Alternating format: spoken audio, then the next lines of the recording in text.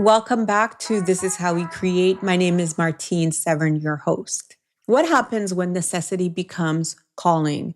When a practical solution transforms into profound purpose? Today's guest didn't set out to become one of the most sought after photographers in entertainment. Karl Ferguson Jr. picked up a camera simply because the artist he managed in New York's music scene needed photos.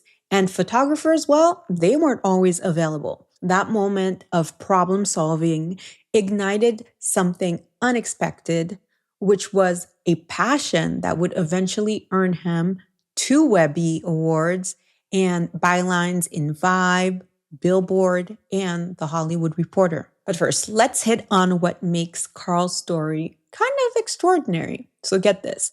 For over 2 decades, he masterfully balanced a demanding technical career at Verizon with his growing reputation as a visual storyteller. Karl has a philosophy which might resonate with you. So he says, your job should fund your passion until your passions can fund your lifestyle. Now, we've been told about the starving artist narrative, but this philosophy might just be what you need. In today's conversation, his work on Netflix's Strong Black Lens documentary series reflects his deep commitment to authentic representation and his belief that photographers are visual historians responsible for ensuring future generations that know how and what good storytelling is all about. Today, as co-owner of the Grand Studio in Brooklyn, he's creating spaces for the next generation of Black and Brown creatives to flourish. Karl, welcome to This Is How We Create. All right, thank you for having me. So I'm so pleased that you're here, and we have the team and I produced so many wonderful questions to ask you.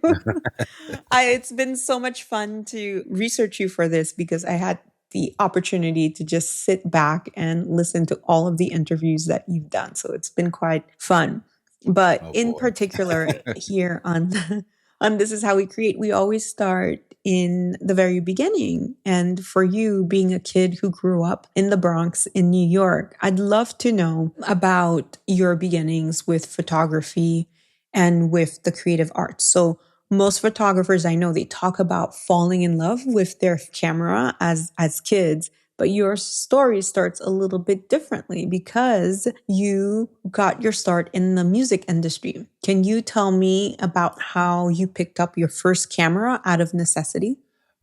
Yeah, so I'll say that my creative journey actually started so long ago with music. I was very fascinated by hip hop when I was a kid and would get into these things with the competitions where I'm either rhyming and writing rhymes with different people. And yeah, that led to me becoming an artist, getting signed to a production company, and then producing. And then somewhere along the line, I ended up being an audio engineer and started working with artists, recording them, just had a passion for it and wanted to facilitate just the arts in general. And one artist in particular, and I must have been in my 20s at this point, late 20s, and they needed photos. I believe it was Facebook because Instagram didn't even exist at the time, and they needed photos. And we were just in different spaces with just the likes of different rappers, different moguls who I won't mention at this time. And I was just like, well, why aren't we documenting this? Like we need to have this documented for, even your fan page. And so we didn't have anyone on the team that took photos. And I remember going out, I think it might have been Circuit City. I can't even remember the store, but I picked up a little Canon Power Shot and said, all right, well, let me just start taking some photos. So I didn't have the arc of the, man, you fell in love with photography as a kid and you went to school and you developed film in the dark room. I just said, all right, let me just start taking photos to document what we were doing. And couple of photos would come back and just would get these comments like, wow, these are really great. You have an eye when it comes to the way that you're taking these photos. Have you ever thought of taking a photography? And I think in my mind, photographers always knew that they wanted to be photographers. I never thought you could just pick up a camera and decide to do it on your own. And so as those comments kept coming in. I said, well, maybe I can look more into it. And I believe I had to go to Japan for something with them. And I said, you know what, let me invest in a, a, a bigger camera. And I bought my first SLR camera. I think it was like a Nikon, and just took photos around Japan. And that was 2010, I believe, and came back, took some more photos at a video shoot we had, and a friend of mine was working at Vibe magazine. She was aware that I was just kind of taking photos here and there, and it was a video shoot I was on. And she said, you know, do you have any of the photos you took by chance? And I was like, sure, I'll send it to you. You know, you can look at them. And I sent it to her. She must have forwarded it to the photo editor at the time. And she said, these are great. They actually want to know if they can run them. And I didn't know what that meant. I said, I'm not sure what do you mean run them? She said, we want to put them on the website. And I said, sure. And that was the first time I saw my work anywhere published, you know, on the site, my name. And I think that's the moment for me where I was hooked, because I I don't, it's not that I didn't understand I was taking photos. I don't know that I knew that the photos I was taking were good enough to be in that space. And so there's a little validation there, because if it's good enough to be in a publication, and it's like you're actually doing something well enough, I guess. And so from there I was hooked. So I started using all my resources. And, you know, if my friend was doing a show, I'd shoot with them. If another manager of another artist had their artist performing at a venue, I'd say, hey, do you mind if I come shoot backstage? And it turned into a thing where the photo editor was just asking me, how are you getting access to these? Because we're not giving your name. We don't even know that we can get access to it. I say, well, I have these relationships. And so that's where I understood that the thing that I had as a benefit was that I had relationships already. So I could put myself in rooms and facilitate getting access to it. Because at that point, I was just like, man, I would love to be a fly on the wall in some of these rooms. And I was like, I knew that I appreciate when I saw it. So I could only imagine if someone else saw them, you know, just moments that I saw differently. And I think that's the beauty of a photographer, is that it's a perspective. We could be in the same room and not see the same things. So it's a gift to be able to capture it from your view and share that. That's not something that we get to do as humans on a regular basis. So, from your audio engineering time, you started building relationships. And it might not have been easy, but how were you fostering these relationships so that they became in some ways the stepping stone to where you are now in your career?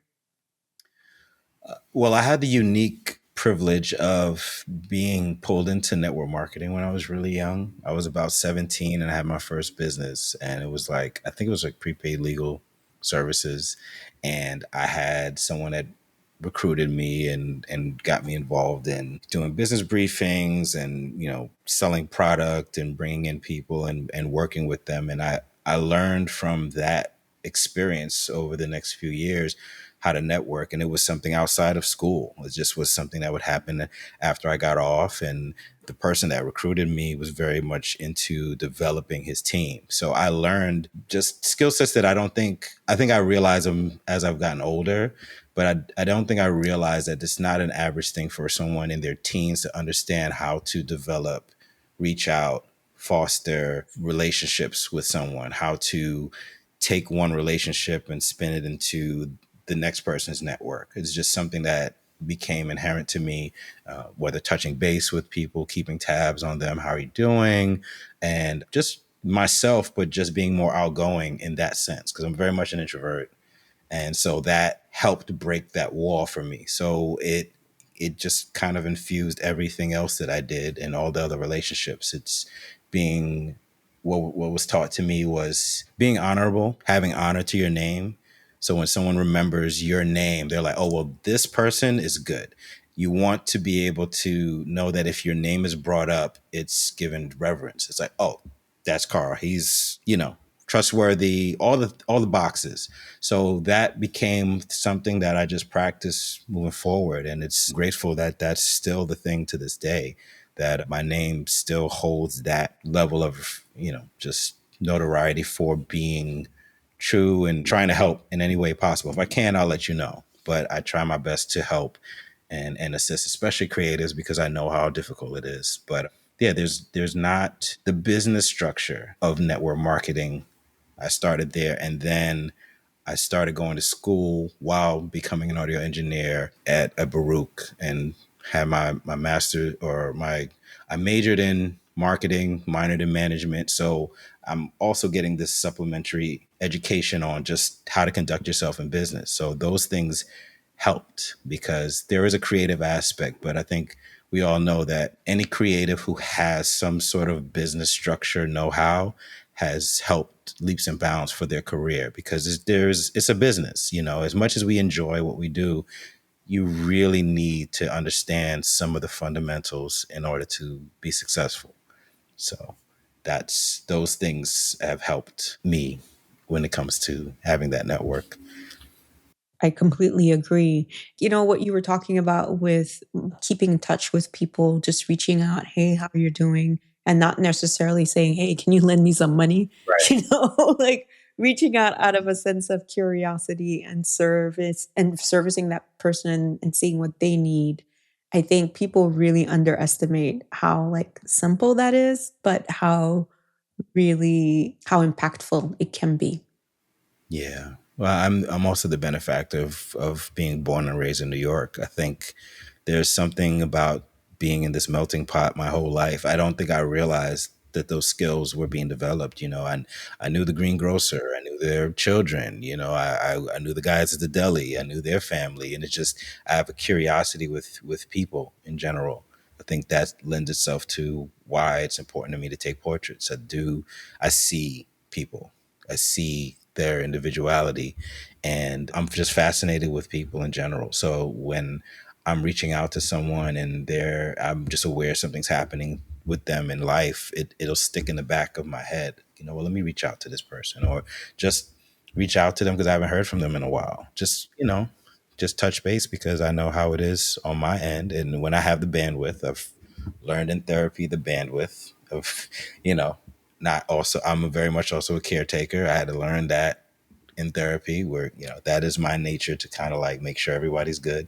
But I had to find a balance for myself as well, because I'm constantly in that space of, well, how can I give out and not necessarily taking care of the reservoir? And my mom is the same way. My family, that's just the way I was raised. You do care about the well-being of people. And I try my best to just, even if it's an ear to listen, sometimes just let them know, I hear you, if I have to say a prayer for you, or sometimes that's all people need, is just to be able to have someone listen to them, and listen to them without dividing that attention with scrolling on the phone while you're speaking to them. Just like, okay, that's difficult. I understand that. Is there anything I can do to help? Is there someone I can put you in contact with? I love connecting people when they're in spaces where they need help, because that to me is the best part of networking, because you can't utilize all of the people in your network. That's just not how it's designed. I think from a larger scale, God gives you all these connections, and then at some point you assess it and you're like, oh, this person needs a baker. Okay, I might never need this person who's a black owned baker, but I know that they'll work well together. And you go and you connect those two people, and then later on you find out, oh, they catered my entire party. They were amazing. I'll always use them for things moving forward. Thank you for connecting me. That to me is so enriching beyond anything else, is being able to do that. So helping people, reaching out, making sure they're good, it's just part of the community aspect. So I love that. So, after having made your comments about business and about running your freelance business as well as your studio, I'm going to veer in that direction a little bit and talk about that. But first, I'd love to talk a little bit about your visual voice and how you approach creating portraits. So, you've called yourself a visual historian. And at least from what I've read, you've said that you want people to look at your images from years from now and know that the images that you created, the portraits that you created really, really do matter, which is, a profound responsibility. How does knowing that, how does setting yourself up in that mindset change the way that you approach a portrait when you're creating a portrait, or when you are on an assignment, whether it's doing an editorial for the Hollywood Reporter or whatever magazine? I think it's taken some time also to kind of like work through that weight that you speak of, because I think I used to build it up in my head so much, because I do feel that responsibility. I do feel the sense, especially in the fact that a lot of my work is doing portraits of Black people, of people of color, and that for me is very important to get it right, because I think that the way that we are depicted says a lot. The way that we're captured, our humanity more so. I think that's the thing that I was fascinated with when I first got into it, was that I have the ability to take the photo of someone after the fact of connecting with them, because I try not to just, I don't just take photos, I don't just shove a camera in someone's face. To me it's almost disrespectful, not almost, it's just disrespectful. I try to have a conversation with them first. I introduce myself, I shake their hand, I let them know if I'm a fan of their work or if I've seen their work. And I usually will do research, especially if it's someone that's of celebrity status. I will do research about where they're from, what team they might be interested in, whatever I can get in from, same like you do with your interview. I look at it the same way, because I want them to know that I'm not just treating it like a number. This is a moment. I don't know what's going on in their lives. I don't know if they are having a great relationship. I don't know if they're having issues with family. I don't know if you just never know what's going on with them, especially if they're doing PR runs. It might be the first moment that they've had to sit down. And sometimes I'm just like, are you all right? Do you need anything? Do you need some water? Do you need me to get anything for you before we start? And usually that breaks the ceiling and they're able to kind of like engage. And so by the time we take the portrait, there's a point where someone relinquishes that wall. You can see it in their eyes. And I think those are the portraits that we tend to gravitate towards. So I'm a big fan of going to the museum and just looking at great large portraits, and you can see it when you lock in, and the person's just like, wow, I feel like they're looking at me. And that takes a different skill set than just taking the photo of someone. I think when someone looks at your lens and you've gotten to a place where they feel vulnerable with you, you're able to capture a deeper portrait. So for me, that is the challenge. How do I look at all the photos, do all the research before the shoot, and I'm like, okay, how can I present a different portrait than the other ones that exist? It's not just adding to the noise. I don't want to just be another number. I want, if someone lands on it, like, you know what, this might not have been the picture that was used for this magazine, but this is one of the most honest portraits of this person that I've seen. So that for me is the challenge. It's not so much popularity, fame. It's just knowing that when I had the opportunity, I took it seriously enough, and I did right by that person by capturing them in their most human space. Which I'm thinking might be a little bit difficult because you are interacting with a lot of different people. Mm-hmm. And oftentimes you have a very short window in which to photograph these persons, these people, and deliver something that is within the scope of what you want to deliver. How do you allow yourself to remain open to receive and to meet people where they are?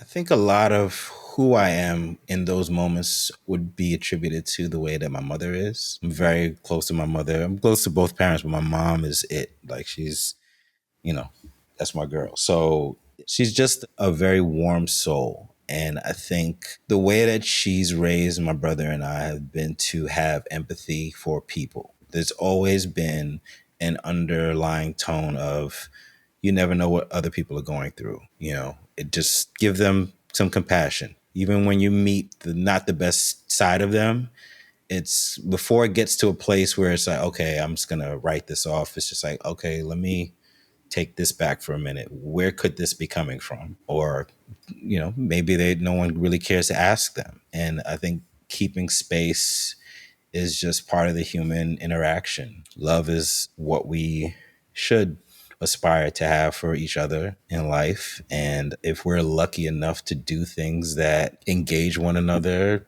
create music, take photos, have the arts, that's great. But I think at the core of it, it's still a human interaction. And like I said, I'm still fascinated by people. If I meet someone or we have an interaction, I'm fully invested in that interaction. and I take notes. I remember things. It's just, that's how my mom is. She'll remember, oh, this is the person that, she was the nurse when I delivered you, and her family lives here. And I'm like, how do you remember all of this information? And she's that invested at the moment for each person. So for me, if it's a Spike Lee or if it's a Chris Rock or whoever, yes, I'm a fan of the work, but I'm also like, okay, they're from Brooklyn. I grew up in New York. They're into music. I'm into music.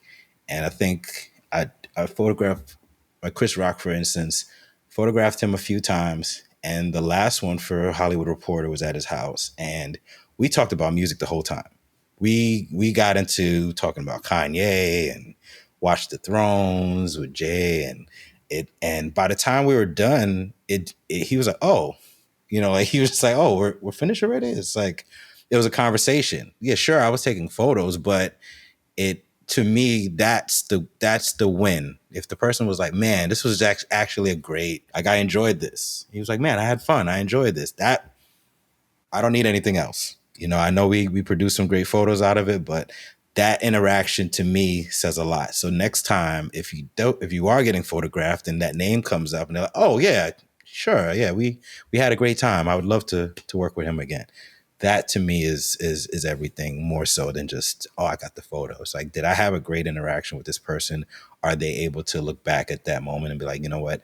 I didn't feel like a commodity when he photographed me. I didn't feel like he was just trying to get an image off of me or sell a magazine or what have you. We had a moment, we worked together, we found a rhythm, and we collaborated.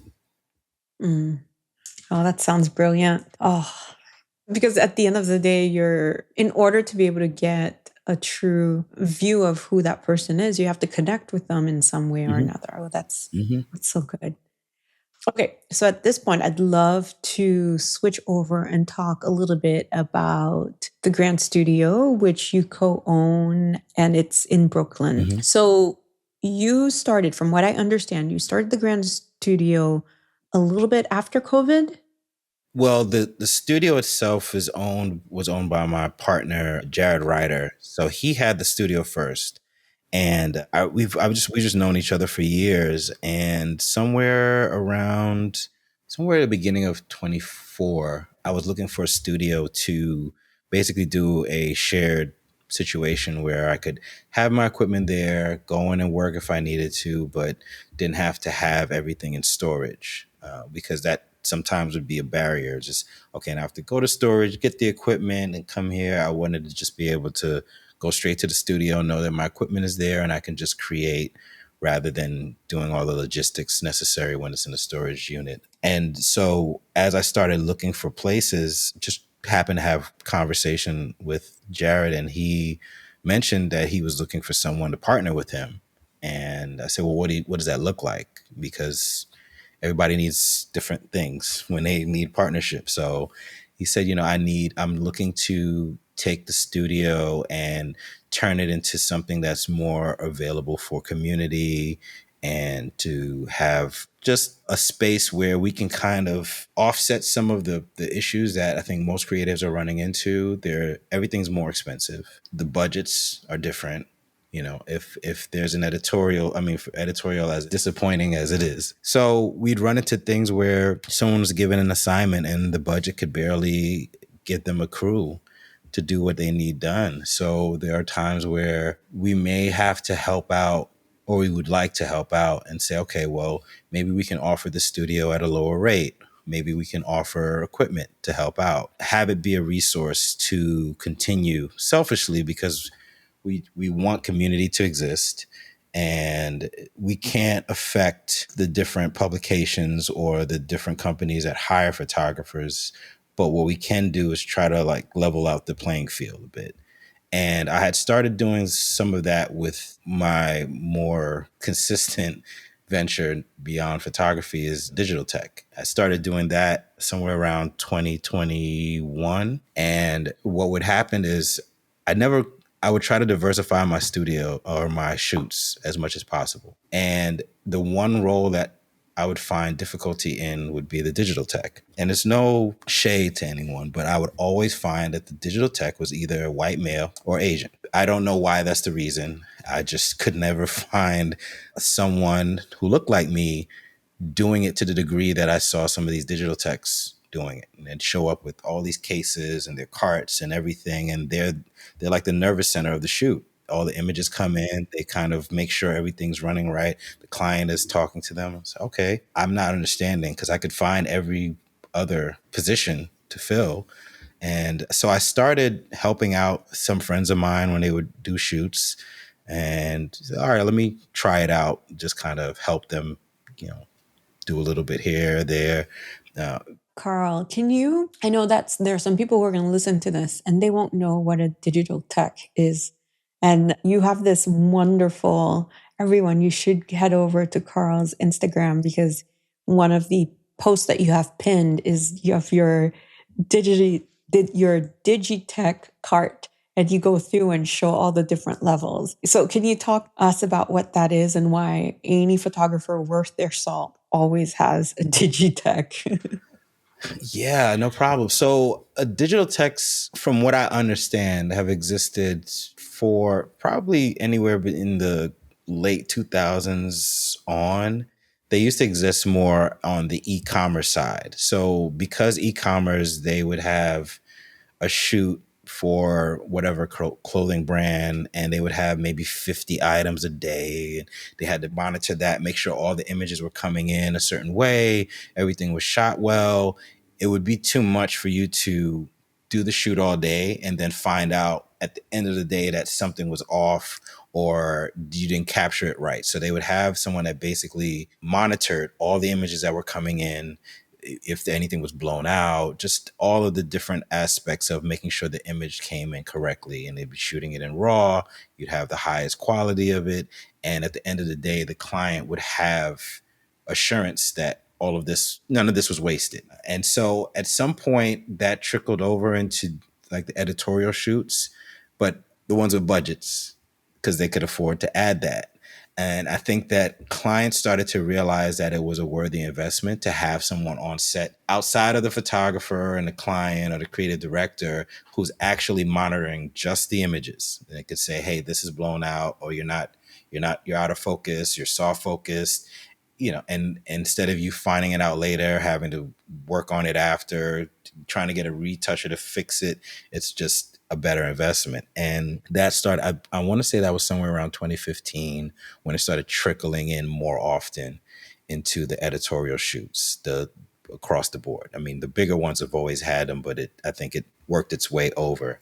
And yeah, so I just noticed that I would find Digitechs. They were expensive, but I couldn't, for the life of me, I just, I don't know. I still can't really fully understand it. I think it's kind of like a protected facet of it. Kind of a few people know how to do it, and they're like, all right, well, we're not going to be so open with all the information. But to me, it's always problematic when there's diversity is lacking in any field. So I'm very much a tech head. I love gadgets. And I knew Capture One to a degree. I was fortunate enough to be in a situation where I've never had to worry about purchasing gear because I had the Verizon job. So I was like, okay, well, what's the buy-in? And I was able to speak to a friend of mine in LA where they have a lot of Digitechs and DITs who they do basically the same thing, but more so in video. They handle more raw footage, camera angles. Sometimes they're checking color balance during film, but those roles in LA happen way more frequently. And so I was able to speak with someone who's a little more seasoned and try to get an idea what the buy-in was. And he gave me a list and said, you need this, you need this, you need this, you need to know this. I said, okay, got the list. And I just started slowly building up the arsenal and making it known by word of mouth initially. Hey, I'm digiteching. If you have a shoot coming up, would love to work with you. And that's more on a smaller scale because I'm very much a perfectionist. So I'm not going to completely say that I'm a digitech until I felt comfortable enough to say that I can handle whatever's thrown my way. So I was grateful for the photographers who were willing to give me the opportunity to work on the set. I don't think I ever messed anything up, but it is a thing of proficiency. It's like, okay, all right, well, I didn't run into that before. What is it you need? Okay, cool. So, okay, I need to practice this for the next shoot. And little by little, it's gotten to a point where, I just feel very proficient in it. And I've had people who have helped me. Another digital tech, Edward Page, who in New York is one of the top guys. And he was very open, very, very open with me about some of the things I needed to know. And he's of a Dominican background. And so we're both in the space where we're like, we don't see too many of us. So let's figure this out. And I said, look, we also don't have the luxury of Messing up, but being able to mess up. Nope. right. So we're like, look, let's make sure we're Yeah. both sharp. And that's worked. So yeah, it's been a beautiful journey, and it's working out well. Well, as far as I know, that in Chicago, where I'm based, not that there are very few Digitechs, but there are the same ones that are used primarily like Yeah. across the board. There are Yeah. like a handful, literally a handful that people use. And I think, as far as I know, there's one Black Digitech here. But that's wonderful that you're diversifying your income.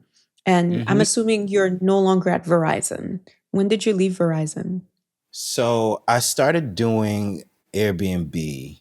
Side note, I'm Jamaican, and it's always a joke that we have a million jobs. So Yeah, bear with I'm me. Haitian. I mean, We've so heard you about understand. it. We've heard about you Yeah, we Jamaicans. listen. You can't put all your eggs in one basket. And so, I purchased a home in Brooklyn during the pandemic. I bought a townhouse. The interest rates were low at the time, and I found myself in a position where I had a great loan agent that was like, hey, right now is the time to do it because XYZ, you're on a job you've been on, your first time homeowner, you have the funds to do so. And again, as a Black man who grew up in New York, buying property here was a dream that I didn't even know was possible. So in purchasing the home, having it as a studio on the top floor and doing everything, I was carrying a lot. And at some point, someone brought the whole idea of doing Airbnb my way, and I started doing that, and it was doing very well. I was a super host, for as long as it was going on here. So I had that happening. Verizon was happening. Photography was happening. Digiteching was happening. And unfortunately, a friend of mine passed away in 2020. It was a very close friend of mine, and it was sudden. He wasn't sick. It was nothing else that we knew going on, and he left behind his partner and his son, and was doing the everything that you think you're supposed to do, which is work the job if you have it until you get to retire. And was the trajectory was fine, and yeah, just happened. And so I think I started looking at that. Okay, how am I using my time at this point? Because it's not that I am in a position where I'm strapped for money, but quality of life, 40 hours for the Verizon job a week, photography whenever it comes in, Airbnb, even though I would have someone coming in and cleaning in between, I'm still have to monitor that. So I'm thinking about all the time that's spent just working. And I said, okay, I need to figure out a way to scale back a bit. And there was an opportunity to take a package to leave. And I had been at Verizon at that time for 22 years. So it would have been 8 more years for me to retire full. And I said, wait, 8 years.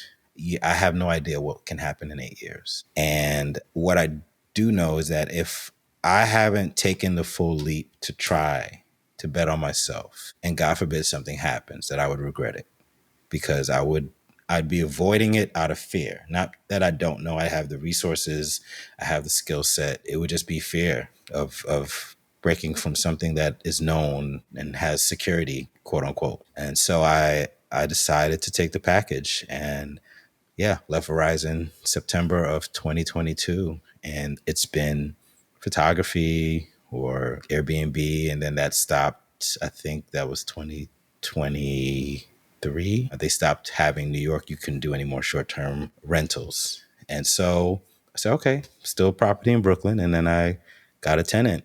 So that just fill that part. And yeah, so as far as the math was concerned, my living expenses taken care of, and I'm able to do the thing that I enjoy and also do the digital tech thing, which is even better to me in certain degrees because now I get to be on set with my peers and I get to aid because I've been in all the seats. I've been there with the celebrities. I've been there with the brands breathing down your neck while you're on the shoot.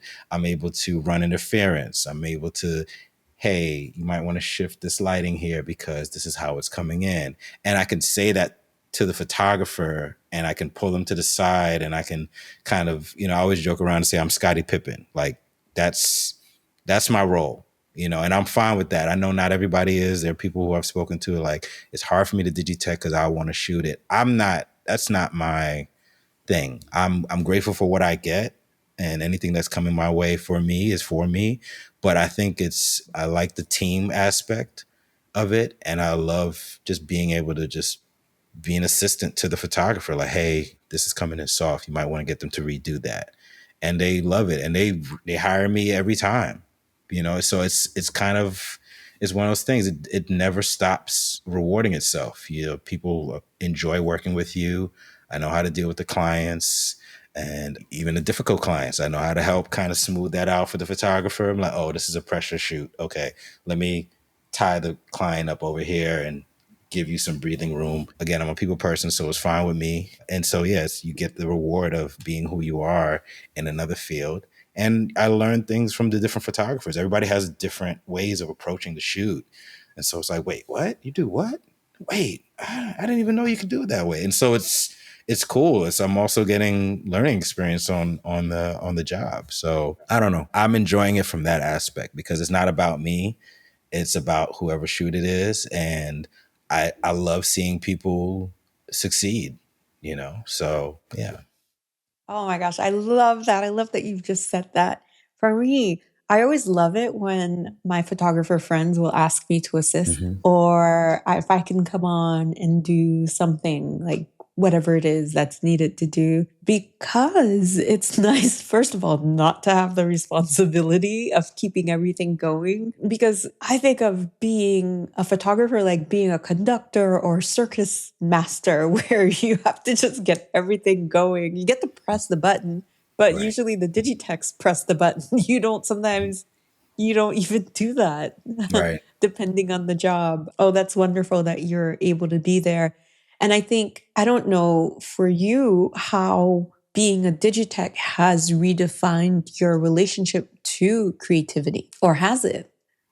It has in certain ways because I've benefited from having mentors. I've always sought out mentors no matter what I was doing. I just think that it's something that's interesting to me to overlook someone who's been in something that you're interested in for a certain amount of time and not, hey, can I get you a cup of coffee or buy you lunch and just sit down with you and ask you some questions and help you avoid going down a wrong path for 5 years when they can just help give you some insight that's developed in something that you want to do. So I've had these mentors that have helped me navigate my career and have helped me take the right paths, even down to even how I negotiate and maintain ownership of images with rates and different things like that and contracts. So I think what Digitech has afforded me, and as far as creativity, is that I'm able to mentor some of the photographers that hire me. A lot of them are photographers who I met as they were coming up. They'd reach out to me, and I've always been open to, if they reach out and are like, hey, can I talk to you? Can I have a phone call with you and talk to you about, which direction I should go? I usually will make time for that. And actually, one of the photographers that I'm working with next Friday, I've watched her grow. I've literally watched her entire career grow, and I always reach out to her every time she posts something. I'm so proud of you, this, that, and I end up digiteching on shoots for photographers who I've seen come up. So it's always good for me to be able to, I think, from a creative aspect, help either introduce perspectives while they're on their shoot and or see where they've whatever they've assessed for the shoot, and then if I have something that I can add from my experience, that's great, because creativity for me is not it's not just what I produce. And I think that's the bigger part of it. It's like I gain a lot in being happy about an end product that there was a collaborative process. You know, another friend of mine was a photographer. He's been doing great in lighting, and he's been getting what's happening for me in digiteching is what's happening for him in lighting. He's not getting to shoot as much, but he's been lighting and working on all these different sets and essentially helping to craft the final image that you see from a lighting standpoint. The digitech is there to help. Okay, you know what, if you're trying to do this, you know, we're going to figure out a way to make it work, because right now it doesn't make sense, but maybe I can do some manipulation in the computer to make sure that we can get what the client's asking and what you're trying to do. There's just something about having your my efforts added to someone else's end product that is rewarding. And it also helps me step back, because I don't really lean into the whole name thing. I get it. I have a name developed from the work that I've done and who I've gotten to shoot. But for me, I want to be better in different areas.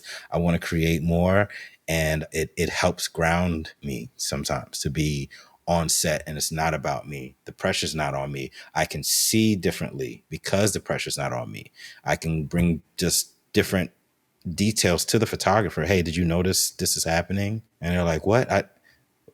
Yeah, so if you want, you can switch that around. So instead of us shooting that here, as the schedule says, if we do this first, we won't lose daylight. And if we do, you know, so now it's like I get to help in a different way. And it's like, man, we got everything we needed to get. That's such a rewarding feeling. And they know, you and the photographer know, like, thank you. They'll say it like, thank you so much that we were able to get that. Thank you for seeing that. Thank you for, you know, bringing that to my attention. And that to me is huge, because again, working with photographers of color, I know the difference in the sets that I see with our white counterparts. The elaborate digitech lighting, grip, they have all the different moving parts in the team, and it's not always a thing for us on our sets. So you're losing out by not having all of those different agents moving for you. So I try to do as much as I can. I do BTS for them as well, because I'm like, I know we never get BTS when we're Oh, shooting. that's so nice. Yeah, yeah, yeah, Oh, because yeah. We never do. We're working. you don't have time. You're No, working. You're no, working. Oh, that's amazing. no. Yeah, Oh, yeah. It's oh. valuable. Well, as we wrap up, one of the things I'd love to ask you is, what are you doing now for your personal work? So that's a good question. I think the scenarios have changed for me, because I used to work with 97 station here in New York, and that place, just it was just a resource for me, running into a lot of celebrities, a lot of artists that I really admired, and the goal was to try to improve the imagery of that brand. And the same with Vibe magazine that I'd been working with for years, is that it's a magazine that's near and dear to my heart. And you know, for whatever reason, the budgets were limited, and I just didn't want these things to disappear.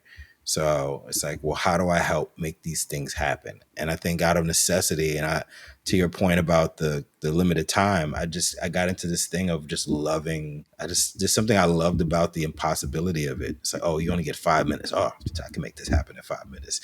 So it's like, and so I there was a rush of like making most of the images that I've had like 2 minutes with someone, 3 minutes with them, maybe five. If it's an editorial shoot, yeah, that would be longer. But so many of them, I just had the shortest amount of time. And so I think a lot of that arc was proving to myself, and also working for the betterment of the brands that I wanted to develop and keep going. I think that I'm in a place now where I'm trying to figure out what that looks like for me, separate from those entities. And I know that I want it to matter. I've been trying to find a muse. I think that's really where I'm looking at. I want to find someone, or several people actually, who I can document. I think that's important to me. I'm not so much we're going to just do a beauty shoot in the studio person. It's not, not that it's not great. I don't, it doesn't, I don't gravitate towards that as much, but I've been working more to try to have a collaborative space with that. So now I'm reaching out to creative directors and saying, let's create together. Because I think that's going to be the interest for me. It's either going to be as an individual, me documenting somebody that's important to me or someone whose story I want to tell. And if it's not that, it's going to be, okay, we came together as a collective. I have this person coming in that does lighting. I have this person coming in that does makeup. I have this one that's coming in as a stylist, and we are finding a muse to work with, and we are going to create art. So I think with Grand Studio, what I'm trying to do is create a space where we can network. We're trying to figure out a way to do mixers where we can have like just creatives come together and just meet each other and just like, hey, this person does this, and oh, I would love to meet this. Oh, I don't know enough makeup artists here that do the type of thing I'm looking to do, and create a safe space for that to happen, and then have those people go off and create together. And I think that's just a selfish thing. I think I want to get into a space of creating with the collective, because the majority of what I've done has been on me. I'm lighting myself. It's a short time window with whoever I'm shooting. And yeah, I want to create things that are more developed art wise. I want to be challenged. And I think that working with other creative directors and other creatives in general to come up with work is going to be my next thing. I think that's the challenge.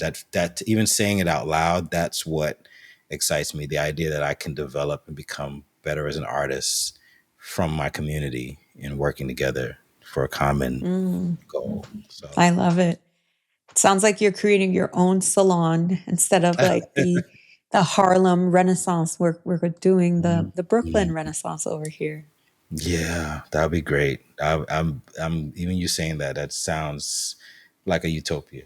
Like we're just, hey, all of us are here, and we're, hey, you want to do something on Friday? Sure, let's get together and work on something together, and just that freedom in it. I think that's the part. I'm so logistical in the way that I do things. I want to be able to tap more into well, let's just create and just see what happens.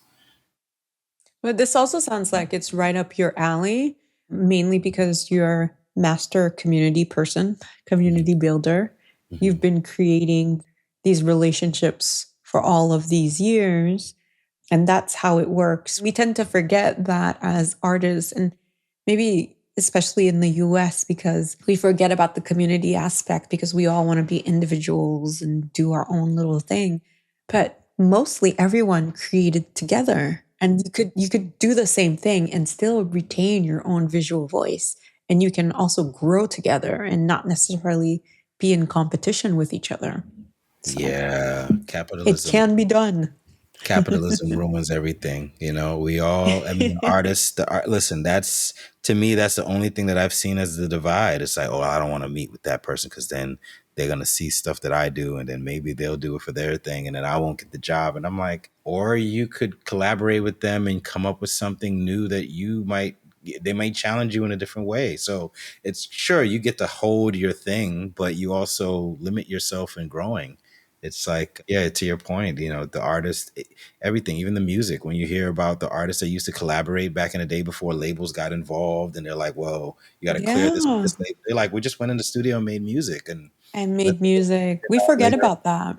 Oh yeah, yeah. It's capitalism. It will be if we don't allow it. If we don't fight it, it will be the death of creatives, because there's always a red tape when it should just be back to what we said in the beginning. What I was saying in the beginning about the human connection. That's really what, like, I think is the root of everything that we love. It's like a human connection. If you sing a song, if an artist sings a song about a love interest, or they're just singing because it's a feeling. If someone wants to collaborate, I want you to be my muse. I want to capture you because you're just striking to me, and it's just because of whatever. It's not because of, oh, I need to get this done for a show because the show might bring in buyers for painting. And but like, sure, though there are aspects of those things that exist, but I think the things that we enjoy and what produces the things that we're like marvel at are just people creating out of the fact that they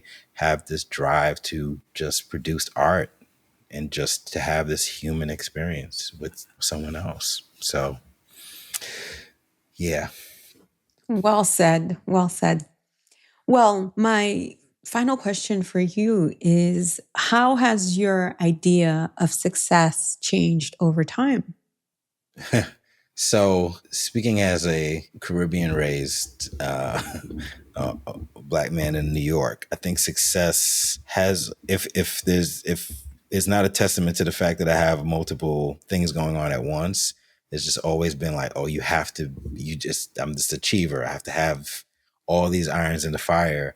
And I think I would used to champion the workaholic thing years ago. Oh, you were sleeping. I was doing this, and this. And I think in more recent years, I'm realizing that the people who I see at peace the most are not occupied with the material aspects of it. You know, they found a way to find a balance where there's the thing that you enjoy is what'll be the most fulfilling. Those may not always be the thing that it's monetarily rewarding. And that's where you got to find the balance. That's why I didn't have a problem working for Verizon, because when I was doing music, to me, it wasn't about, is the music thing putting enough money in my bank account?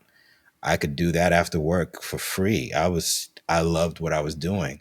And so success for me was that, if that I'm doing the thing I enjoy. Now, stepping into doing the thing I enjoy as a job or that's how I, pay my bills. That's a challenge, because there are days where you don't want to do the thing. And there are days where it can compromise the love, because you're doing things. Maybe a client wants you to do something that goes against the way that you would approach something. And it's like, oh, I got to figure this out. How do I still keep the joy of this? Because I've had success in getting the job, but I'm not doing anything that feels fulfilling for me. So I think I've found a way to kind of not compartmentalize it, just look at it like this is a beautiful thing to notice someone is paying you for your perspective. That's the thing that I always try to use to ground myself. Anyone can pick up a camera, but the fact that your perspective is so unique to this client, that they've decided that you're the person that can achieve the thing that they want, is a huge privilege, because there are a million photographers. But if they've looked at your work and they're like, man, they get it. I want to work with them. So that to me it's a form of success that I have to really I have to really focus on, because some of those days are difficult. Some days you have deadlines. Some days you got to battle with not getting enough information. And then you're like, wait, I don't know how we're going to pull this off. And it's easy to get lost in that. But I always think about the fact that I didn't go to school for this. I'm self-taught. And ever since I've picked up the camera, I've been working in this industry. Just, it's grown my reputation, my network, my portfolio.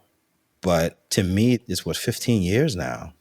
And to be able to say that I I've made a mark enough that I was here. I documented us the best of my ability. And I hope that people are able to appreciate it, because I've never really sat down and looked at the work like as a collective. My dream is to do a gallery show at some point, just really look at the breadth of work. I think success is knowing that you pick something up just because you enjoyed it, for to be known for it and to be entrusted to continue to do that for other people. I don't know that there's any other way to do it. It's just it's sheer will that pushed you to develop yourself to that point. And for someone to entrust you to do the thing that's icing on the cake. I never get over that. I pinch myself all the time, like, wow, I'm on this set and I picked up a camera and decided I wanted to try this thing out. And here we go. Here we are. Yeah. Well, Karl, thank you so much for coming on the show. This was a lot of fun. I really enjoyed talking with you. Thank you. Same here. Thank you for having me. I'm very honored to be sharing my story and to just have this conversation with you in general. Hi there. If you're loving the show, would you mind taking a quick second to leave us a 5-star review on your favorite go-to podcast app? While you're at it, subscribe to our Substack newsletter, Creative Matters. You can find the link to subscribe in the show notes. All right, that's all that I have for you today. Bye.